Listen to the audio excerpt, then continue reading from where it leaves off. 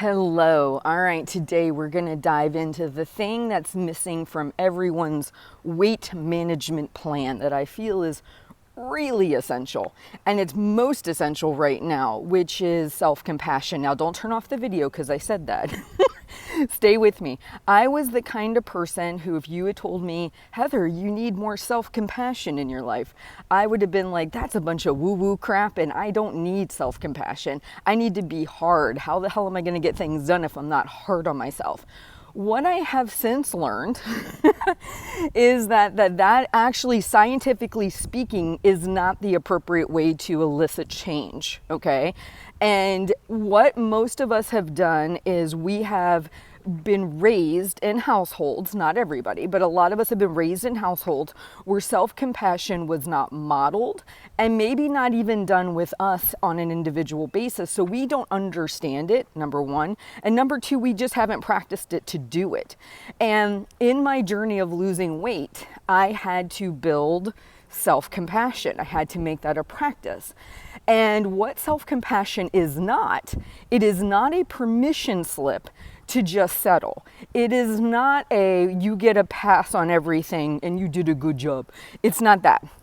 Self-compassion is not talking to yourself as the angry, demanding boss. It is not the drill sergeant in your head. It is not the comparison queen. It's not the name caller. It's none of those things. Self-compassion is talking to yourself the way you would talk to a close friend you care about. And most of us do not do that. So when I started my journey, I had no idea how to do self-compassion.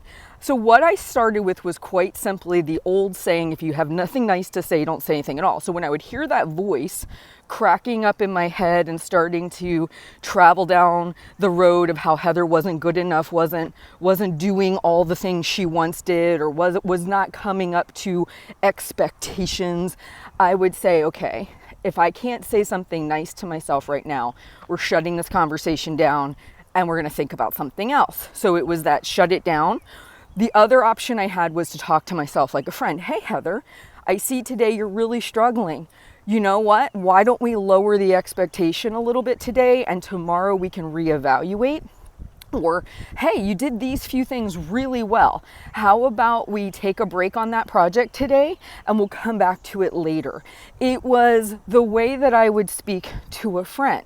And in the current situation we're all in right now, we have had our lives completely turned upside down. The only thing I leave my house to do at this point is maybe go pick up groceries once a week. Like, I'm not seeing people. I'm not doing all the things. My kids aren't doing all the things. Like, our whole lives have completely changed.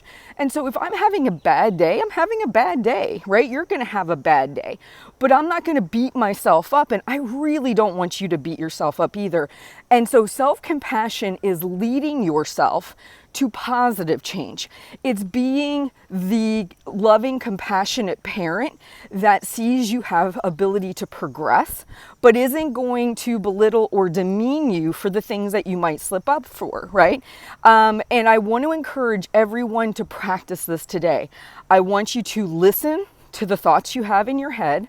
When you say, oh my gosh, I'm never a good enough parent like so-and-so. Look at all the things they're getting done, household projects, homeschooling their kids. That's comparison. And what we redirect and say, you know what? You're doing a really good job with X, Y, and Z, and you don't really know this other person's entire situation. We need to focus on you and focusing on points of improvement you're making today. Hear the difference? In that moment, I'm actually kind of coaching myself, being kind to myself. So I know you might not be there yet. Totally okay. But what we're going to do is we're going to start where I started. We're going to say, okay, when I hear myself being harsh, negative, demanding, and here's an easy way to know that, by the way. If this was the boss, if the voice you hear was the boss of somebody you love, and they were being spoken to the way you're speaking to yourself at work, would you tell your friend to quit the job? Would you tell them you don't deserve that? You need to go find another job? If the answer is yes, then you know that voice is not helpful, okay?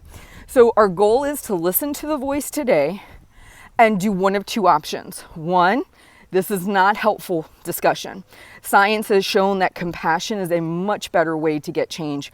So we're going to shut this conversation down, and I am no longer going to think about this. I'm going to find something positive to listen to, but I am not going to let this voice just drone on and on and on and berate me, right? So it's an intentional switch in thought and focus. The other option you have is to reframe and pretend whatever you're experiencing is happening to your closest friend. And what would you say to him or her? That is where we're going to focus on. And really, that's like kind of the next level, right? Shut the conversation down, then refocus and say, what would I say to a very close friend? That's where I want you to put all your effort, because here's the deal. If you'll say, but Heather, you know what? I'm not comfortable with self-compassion. That doesn't sound like it's going to force me to change. Let's be honest. Even if that were true, has it gotten you where you want to be? See, for me, the answer was no. I had done that a whole lot of my life because that was what was modeled for me. But it never got me where I wanted to be. It wasn't until I brought in self-compassion that I was able to really move forward. And then you have to ask yourself, okay, let's just say you're one of those people who seemingly responded well to it. Do you like how you feel? Does it feel good? Does it make you excited? Because remember, fear and criticism is not a good driver for positive change in your life. You can lead people better, whether it's yourself or someone else, with kindness and compassion and noticing the good versus being critical and noticing everything they don't do well. Think of the teachers, right? I'm sure you've had them. You've had the critical teachers. You've had the more kind, compassionate ones. Critical ones, give you the F and they tell you everything you did wrong. The positive teachers say, hey, this was a really great intro paragraph, but there's a little bit of work that needs to be done. They notice the good, right? That's what we want to do for ourselves. So please let me know below how you are showing yourself compassion today. And remember, baby steps. We don't have to be there overnight, but we definitely want to be working on it. And then please like and subscribe, share the video with your friend, and tell me how I can help you moving forward. Talk to you soon.